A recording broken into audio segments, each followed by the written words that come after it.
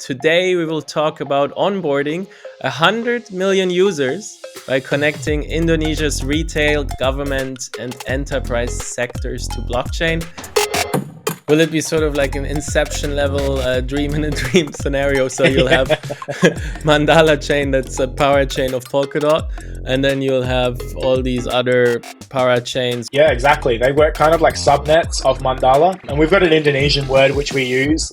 We call it Uta Mandala, the main Mandala, and then the Madhya Mandala, which is like the lesser Mandala. All of these different Mandala chains which will all kind of coexist because the word Mandala means cosmos.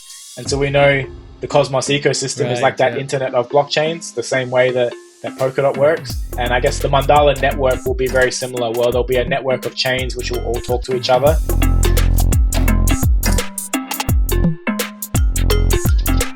Hey everyone, real quick, just wanted to let you know some amazing news. We're an official media partner this year at Polkadot Decoded in Brussels on July 11th and 12th. So I'll be there. If you're there, come say hi. I'm not just saying that, I mean it. And two, I'm also moderating a panel there on unifying user experience with some amazing panelists. So come and check that out if that interests you. If you have a ticket to ETHCC in Brussels the same week, you get a free ticket to Decoded, so that's good. Or you can just watch it online for free. We'll put a link in the description to that. And hope to see you there. All right, everyone. Thank you for tuning into another episode of the Teach Me DeFi podcast. Today, we will talk about onboarding 100 million users by connecting Indonesia's retail, government, and enterprise sectors to blockchain. So lots to talk about here. I'm curious to hear what you can tell us about that, Michael. Real quick before we dive in, if you enjoy the episode, you're watching it, and you learned something, please consider to follow or subscribe and share this episode because that helps us a lot and it means the world to us. Right, Michael. Thank you for being here. Hey, thanks for having me. Sweet. I mean, I think we should dive right into that message. 100 million users, focus on Indonesia. What's behind all that? Yeah, so we've mentioned this a lot lately about how in 2024, if you're looking to build a blockchain project, you don't really need to build a new blockchain. Like there's so many existing infrastructure already, so many great blockchains that you can build on. There's some really great quality block space that exists. And essentially, you don't really need it, but unless you've got a specific reason. And so I guess what we've done here is a little bit of a backstory behind us is that we actually kind of had a use case and a community, which has led us to, I guess, create a chain. And that's why we've decided to build inside the Polkadot ecosystem. So my co-founder, Anta, he's a local Indonesian man. He's got a very, very long history in Indonesia of working with the government and helping to onboard smart cities and sort of their digital transformation. It was his previous life. And so he was actually contacted by the government because he was a blockchain specialist to kind of help them to sort of build some solutions. Some things which I guess us in Western countries sort of take for granted, like government services and being able to interact with the government over the website. Well, Indonesia's been trying to do that for a decade and they keep getting hacked. And so we were approached to kind of build them a solution, which has kind of led to us where we are now. All right. Well, I don't take it for granted in Germany. Most stuff is not digital here in terms of public services and, your bureaucratic things you got to do with the citizen's office or whatever. So, but yeah, I mean, tell us a bit about Indonesia for people that might not be aware. So what's the state of the digital industry adoption like Web 2 and things like that? And I mean, if they reached out actively to your co-founder as well about Web 3 and blockchain, there seems to be an interest and an openness to that, which a lot of countries are not really showing in the same way. Yeah, I think there was a really great analogy which we heard, how a lot of developing countries, rather than going from, talking on the telephone, and then they kind of missed a lot of that fintech industry, rather than trying to play catch up, they just went straight to the mobile phone. And so rather than having to roll out all of this, internet cable and everything like that to try and play catch up, they were able to leapfrog technologies. And so I think that was the motivation. They wanted to leapfrog technologies and thought, if we can be an earlier adopter, maybe we can, leapfrog. So yeah, he was asked to kind of come up with a solution and pitched I guess a proof of concept and built how I guess blockchain could service the government. And they were very excited about that. And so we then sort of went back to the drawing board, and he approached me, and we knew each other because I run a large blockchain media company in Indonesia called Republic, as my t-shirt says, Republic DAO. And we've got a really large community of Indonesians. And so together we thought we had all of the ingredients for a pretty beautiful recipe. So hence why we, came to Polkadot, the best tech stack available, and decided to launch Mandala Chain. Right. Okay. And so you sort of started having a community, and then you dived into creating this project. Dove, right? So yeah, like you just mentioned Polkadot, best tech stack available. Is that why you made that choice? What did it enable versus creating a layer one somewhere else? Yeah. So like I've been in blockchain since 2017 just as an investor. And I, went deep through the Ethereum ecosystem and the rise of Ethereum. And I've got a lot of love for Ethereum still. I probably touched Ethereum first before Bitcoin. And again, love both of those ecosystems and think that both of those technologies are really revolutionary. But when we were looking about what we were trying to do and how do you actually integrate the government to use blockchain in the same way that retail uses blockchain, and it's not some dystopian permission chain which is just controlled by the government, which is just a database. We thought, how do we do that? And so we had to sort of look at the architecture. And Polkadot was modular enough, even just in the Polkadot architecture, where you have the relay chain, the Polkadot relay chain, and all of the parachains which connect to the relay chain. That architecture works beautifully when you want to try and work with governments and government enterprises and banks who need to maintain a level of autonomy over their data. And so they could have sort of like a private and permissioned network which would settle onto the public network, which is Mandala Chain.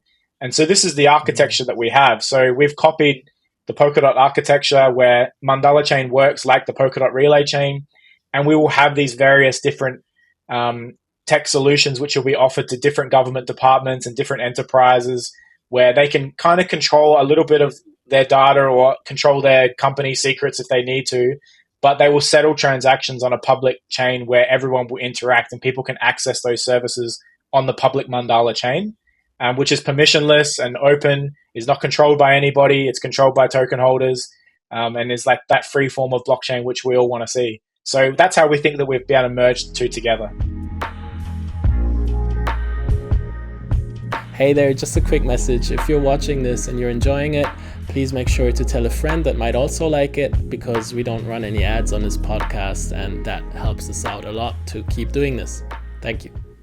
Will it be sort of like an Inception level dream in a dream scenario? So you'll have Mandala Chain, that's a power chain of Polkadot, and then you'll have all these other para chains, which could be, like you said, government or enterprises, and they will connect to Mandala Chain. Yeah, exactly. They work kind of like subnets of Mandala. And we've got an Indonesian word which we use. We call it Uta Mandala, which kind of means like lesser Mandala. And then we've got that's the main Mandala, and then the Madhya Mandala, which is like the lesser Mandala. So the main Mandala and the lesser Mandala. So all of these different Mandala chains, which will all kind of coexist, because the word Mandala means cosmos. And so we know the cosmos ecosystem is like that internet of blockchains, the same way that Polkadot works. And I guess that the Mandala network will be very similar, where there'll be a network of chains which will all talk to each other. Some of them will be permissioned and private, but they will all settle onto that main net, which uses the Polkadot relay chain for security and interoperability. Okay. And what sort of applications do you think will be built on there, especially when it comes to governments, enterprises? I assume you already see interest and things are being developed behind the scenes. Can you give us an idea of what sort of utility this will bring about for people? Yeah. So the one main use case, and if anyone is going to listen to any point of this podcast, this is the point. So the reason why we've pulled up that 100 million user number is because it's backed by some stats. And this data is intimidating. It's intimidating for us as well. but the stats are the stats. So Indonesia is the fourth largest country in the world by population. So we go India, China, the USA, and Indonesia. And not many people realize just how big of a population it is. It's absolutely monstrous. Just under 300 million people. Right.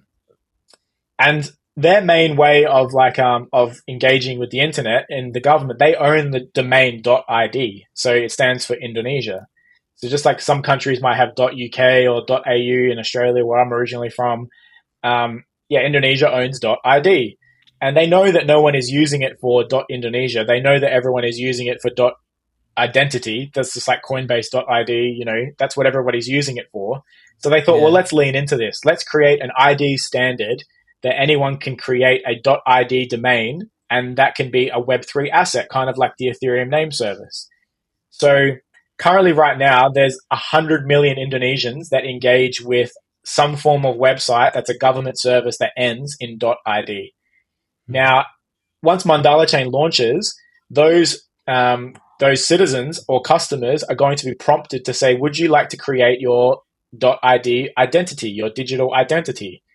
And so then when they interact with that website or that portal, they don't have to password, log in. They can just say, click, yes, my .id. Now, in the background, this will be a Mandala Chain wallet, a Polkadot ecosystem wallet. And so we've tried to create like a seamless environment where people can actually engage in a Web3 environment without actually having to realize it's almost like a Web2 experience. So if there's 100 million Indonesians that are engaging with these websites, and now they're going to be prompted to create a .id domain, well, you can see what those numbers would look like. A 1% adoption rate is 1 million users. And that's now, 1 million users on one particular blockchain. You're now the size of most of those Ethereum layer 2s. You get a 10% adoption rate, you're one of the biggest blockchains in the world. So that's why we think this is quite bullish. The fact that they're going to be actively encouraged to create these .ids, and that spins up a wallet on chain. And we'll see exactly what the adoption rate is. But the numbers are, could be anything. This could be, quite large.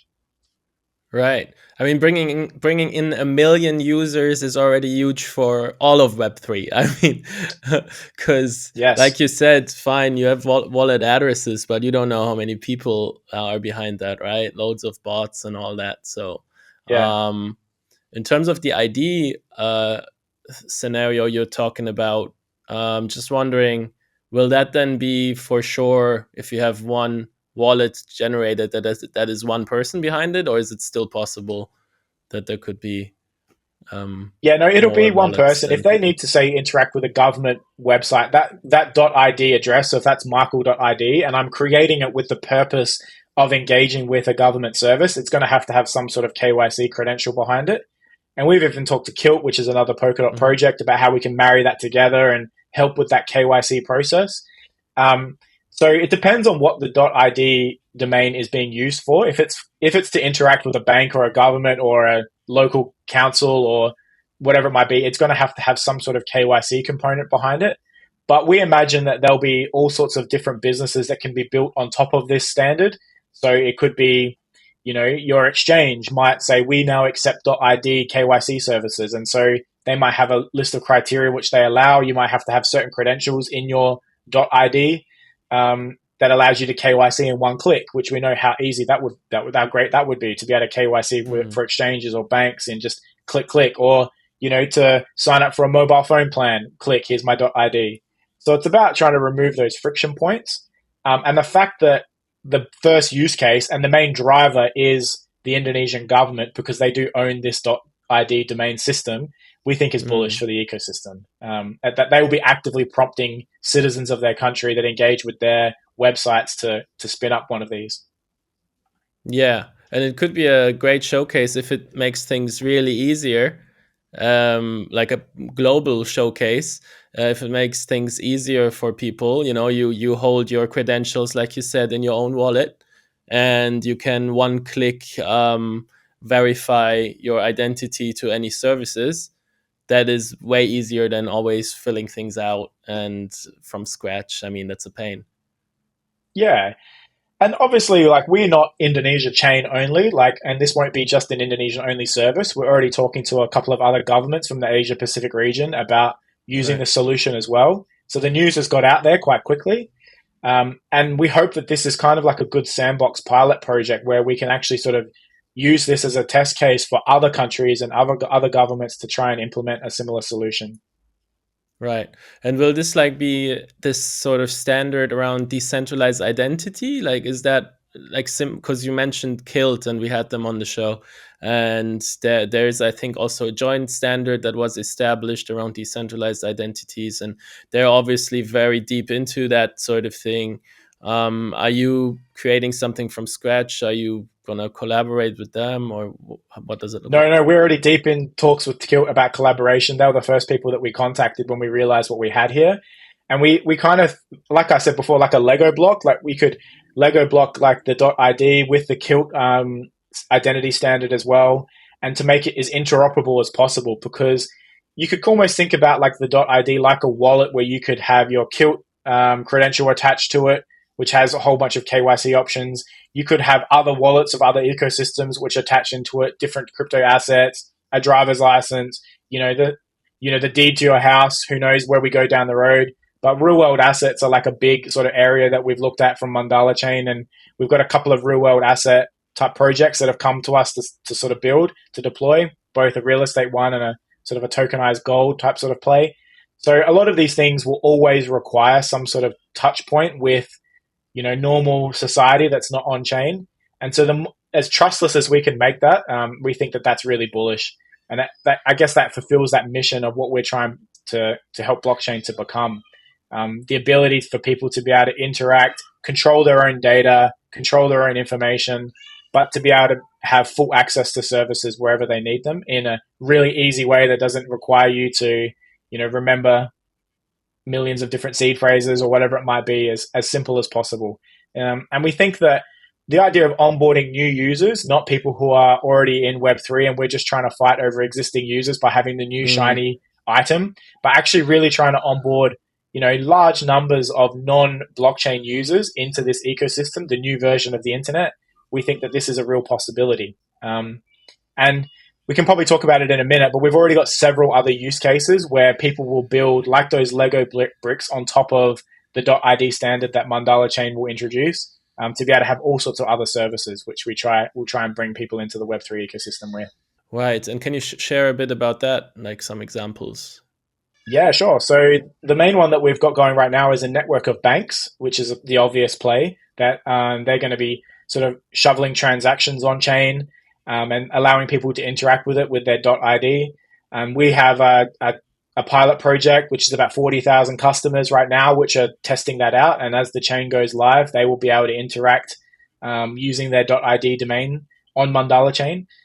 We've also got some government health records, and all sorts of like hospital insurance type sort of the data, which will go on chain. Like I said before, there's a couple of real world assets type sort of things, where registrations will be able to go on chain. We have a local government who is controlling all of their internal data storage, which will go on chain as well. But then we want to give people like a full proper Web3 experience where they come because they've had to come from whatever government service or banking service that they've come, but then we'll have DeFi and different games which will exist on chain. We like to think of like a blockchain like a mall, and people go shopping in the mall, and a blockchain is the mall, but the dApps on the chain are the stores. And so most malls in the world, they have like an anchor tenant, whether that's a supermarket or a department store. Well, our anchor tenant is a government. And we like to think that because there'll be so much foot traffic inside our mall, inside our blockchain, that there'll be many other dApp builders that will want to come and get access to that traffic, and they will come and deploy their NFT marketplace or their lending and borrowing platform or their DEX. And we've already had a few game developers. And so, again, like I said at the beginning, there's no reason to build a new blockchain in this day and age unless you've got a reason to build a new blockchain. And the architecture of trying to onboard a government onto a public permissionless chain has created this need, I guess, to be able to spin up Mandala Chain, which is why we're here. Right. And I mean, you already mentioned a lot of different verticals, also in terms of public services. I'm just curious how was Indonesia so open to dive into that? Because the way I'm familiar with these sort of things, like every vertical could be its own battle to convince the politicians, the stakeholders to embrace this new technology. It can be quite a pain.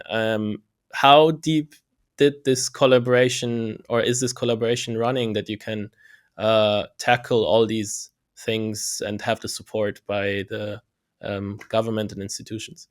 I think when many people think, okay, we've onboarded a government, it's like some high minister who just signs a piece of paper and says, okay, now blockchain is accepted here, which isn't quite how it works.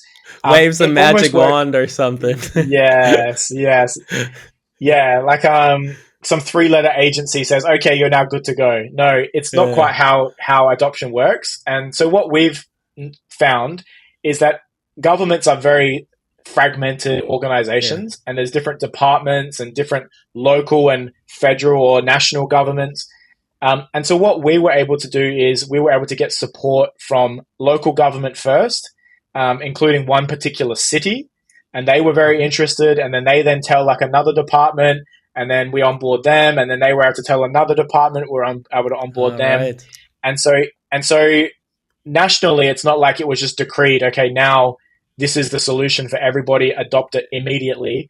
But it was Mm. a piece by piece, block by block. As one part of government accepts you, then they talk to somebody else who then they accept you, and so we've now been able to sign something like 12 or 15 different agreements with different sections or fragments of the government, and some of them are quite large departments, some of them are quite local, but as like I guess we have proof of concept and things start to work, we imagine that adoption will just continue to ramp, where we can then go and do the same thing in other countries where it's not just one particular government.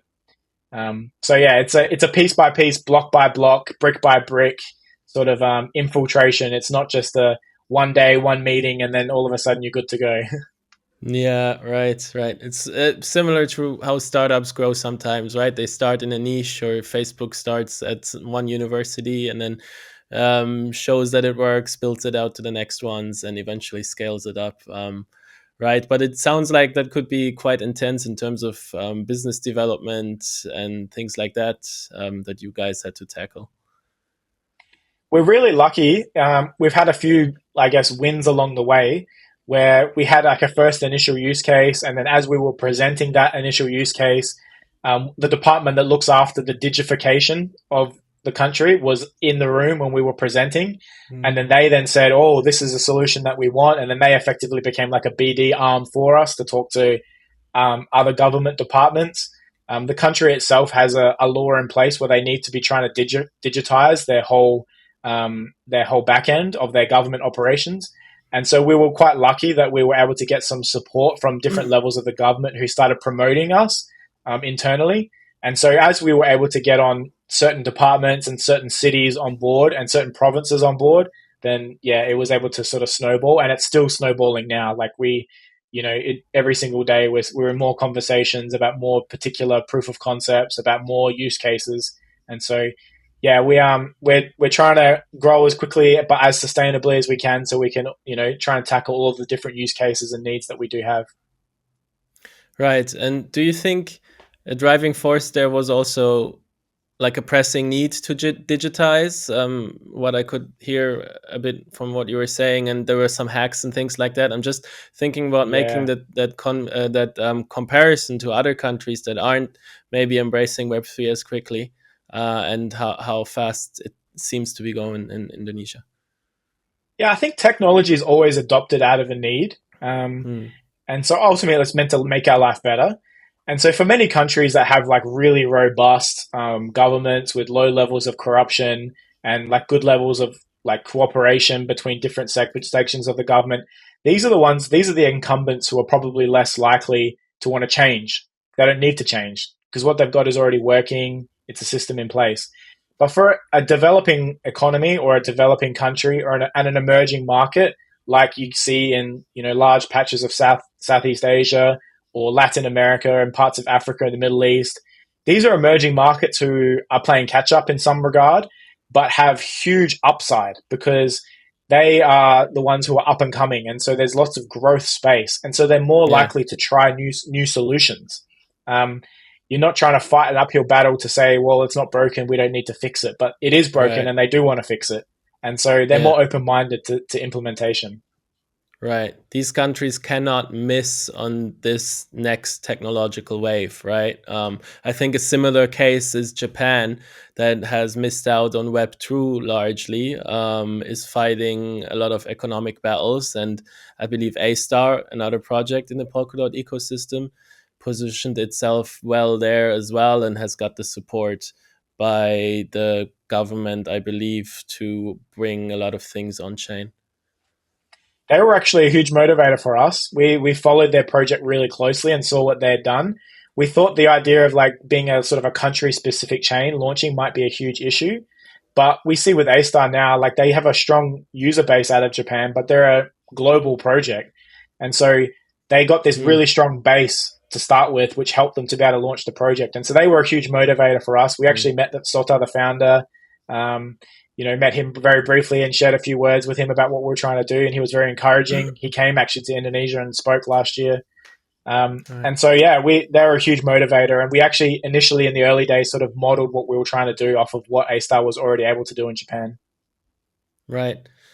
And I mean, it sounds a bit like you have quite the advantage there in terms of distribution, like you said, right? And distribution is a big thing. There's loads of projects building, but who's reaching the users? Who's got the distribution to get their product, their application to market? But if, like you said, people are trying to use the government service in Indonesia, and then they're prompted to create the ID .id, which creates the wallet on your network. That's a huge advantage. Now, that's what I'm trying to talk about. How do you think about making sure that this is sticky and simple for them, so they're not immediately, Yeah, like touch points into Web3 can be so frustrating at times currently. How are you making yeah, sure that this doesn't happen? yeah. Again, this went back to the motivating factor when we had hours and hours of conversations. Was this did this need to be an application on an existing blockchain, or did it need to have its own blockchain? And there was huge amounts of debate about that, because you're right. You don't want somebody to just create an ID and then that's it. They now are no longer engaging with your platform. So the idea is they need to be a reoccurring user. Um, I think the way around that is to understand the nuance of how economic societies work as well, especially in Southeast Asia. They're a very mobile based society. It's much more likely that someone would have two phones than let alone having a phone, a laptop, a desktop, a tablet. A lot of things happen by mobile phone. And e-money is very common as well. So while crypto Mm. necessarily might not be mainstream, it's very mainstream for people to be able to pay for things in points, like rewards points, All and it's right. all done through an application. And so this isn't very far different from just dealing with a token, like on a blockchain. So Yeah. I think if we can make that UI UX experience as similar as possible to what people are already used to, because even right now people can order their food, they can order a taxi, they can top up their phone credit, they can pay for their electricity, all with some sort of e-money point system, and that happens in some sort of mobile app on their phone, and all they need to do is just at time to time just pay for more points. So again, it's not too different to those of us in Web3 world. This all sounds very familiar, and it is just a really like sharpening Yeah. of the UI UX experience. And so this is where it's up to us now who are understanding Web3 and the complicated part of seed phrases and wallets and UI to be able to make the tech. We've got to bring the tech to the people, not bring the people to the complicated tech. Right. Yeah, that's a good way to put it. Um, do you think about things in terms of seed phrase management? That can be a huge burden for people, and it's a responsibility. Not everyone wants to do that. Not everyone might be fit to do that either, right? Um, do you think about like things, the concepts around smart wallets that Base is doing? We had Braille on the show 2 weeks ago, and they're working on embedded wallets in on Polkadot, I believe.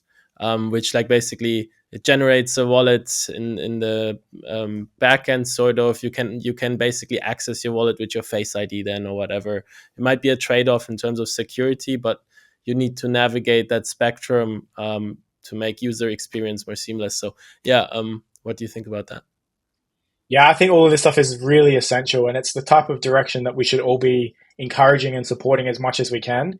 Even things like multi-sig type sort of wallets, where if someone was to be able to get locked out, at least like other people are part of the multi-sig could refresh them or update them, remove them, and replace them. I think all of these types of things are really important. And again, it's all just going to go down to the UI UX experience, because like Apple is the classic example where they are new to, like, they're first to nothing, but they do everything better.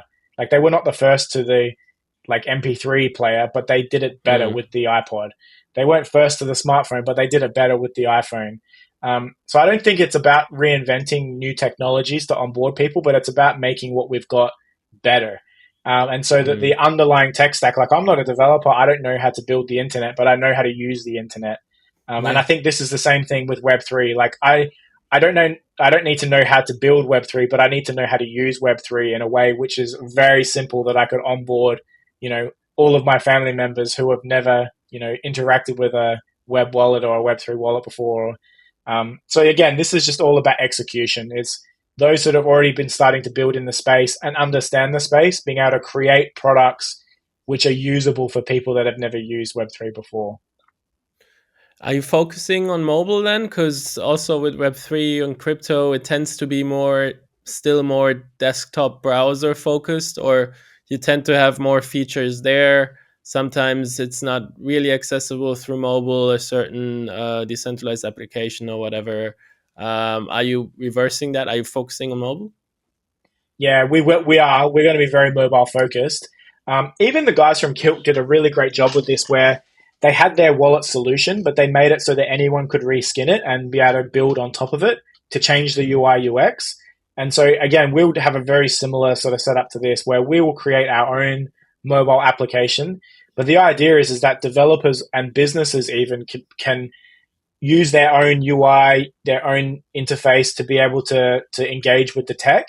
And so we want it to be as modular as possible. Again, you've got to take the tech to the people, not bring the people to the tech.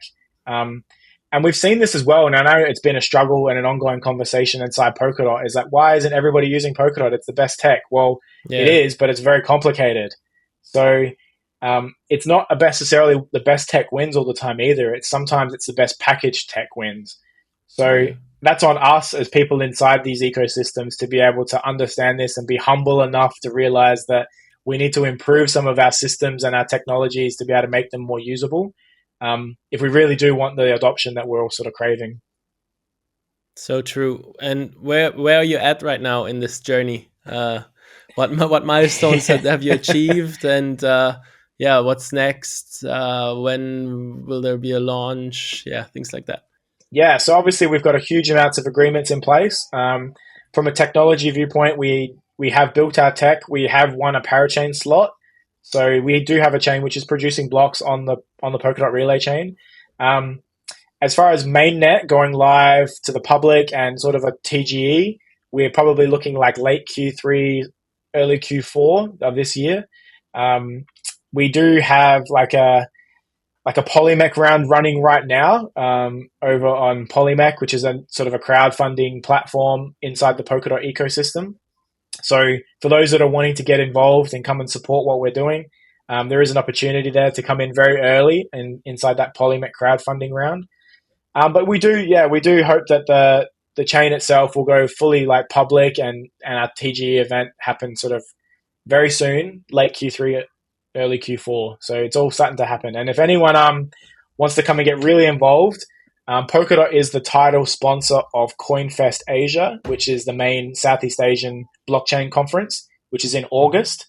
And Mandala Chain will be front and center doing everything there. There with Polkadot holding hands, making sure that we shout it from the rooftops exactly what the tech is able to do. So if anyone wants a time to come to Bali, CoinFest.Asia, Polkadot's the title sponsor, brought by Mandala Chain. So we've got a busy few months, but we're very excited, and it's been very humbling to see the community adoption. Like our Parachain crowd loan was way more successful than what we were anticipating. Our Polymech round has only been open for a couple of days and is very, very, very subscribed, but still space there for people to come get involved.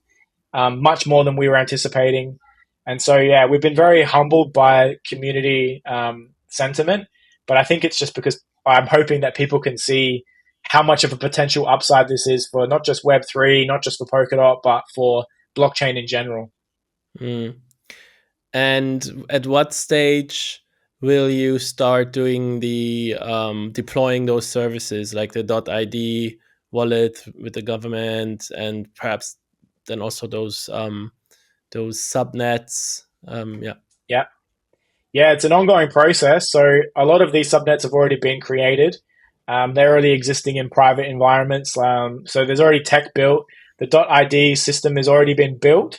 It's actually the moment it's limited to Indonesians, and it will be implemented like on chain later in the year and it will get opened up to everybody. You don't have to be Indonesian to be able to create a .id domain on Mandala. So it's all going to happen and roll out in phases, but at the moment it can already be done, but it's not publicly on chain yet. So the tech is built. We're just refining it now, making sure that it all works perfectly, and doing sort of smaller pilot programs. But again, yeah, it'll all roll out like as sequentially, starting with the mainnet going public, and then we connect in the .id system, which is now working siloed. But once we connect it into the chain, then we'll start opening up to more people, and eventually it'll be permissionless and open that anyone can go and create a .id of any combination of names or words .id that you so wish to do. So it's all coming. It's all coming soon. Cool, exciting time. And I mean, what is your story actually? Because how did you end up in Indonesia, Bali? I know you're Australian, so yeah, tell me about that journey. Yeah, I had just another normal Web2 business. I worked all over Asia, and I based myself in Indonesia because Bali's a beautiful place. If anyone's been there before, it's a really big, like I guess Westerner and tourism hotspot from the region. And so yeah, my wife and I had based ourselves there. COVID happened, and that kind of shut down that sort of business, and we all got locked down. And like most people, I just went deep into Web3 during that time. Yeah. And that's when we actually pivoted. We actually opened Republic DAO. Republic Rupiah is our channel in Indonesian, but republicdao.io is you can find us for our English content. We started that in 2020, late 2020, and then just started making content for Indonesians, and it took off, boom, straight away. Like we had a really big adoption quite quickly, and very quickly became one of the largest blockchain communities in the country.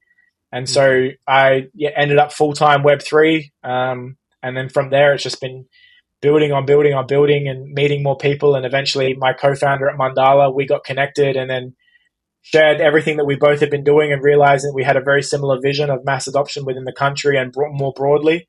And so, that's kind of led into Mandala Chain. So my other business, Republic and Republic DAO, is kind of what's led us to the opportunities that's turned into Mandala Chain. That's awesome. It's not every day you meet a project with the mission and vision of you guys. I think it's super interesting. Good to hear you're making meaningful progress there already. Must be very encouraging. I mean, thank you so much for coming on the show, sharing all that with us. Is there anything else you would like to say? Also to the viewers, we'll put all these links in the show notes if you want to check any of this out. Any last words from your end, Michael? No, just a big thank you to everyone, and thank you to all those listening. Feel free to come reach out if you've got questions. We're very open as well. So we're all for adoption. So if there's teams out there that have ins with other governments or institution and they would like support, or they'd like to come and work with us, or they would like even just insights into what we've done, we're more than happy to share, because we've got that vision of the tide rises all boats. And so anyone can reach out in any capacity you like. We're more than happy to have conversations. We're pretty open, easygoing team. So yeah, come get involved. If you can pay attention to Mandala Chain on our X account or our Telegram or our Discord, we've got lots happening, and there will be lots happening. So yeah, come come follow the journey. Awesome. Thank you, Michael. All right, thank you.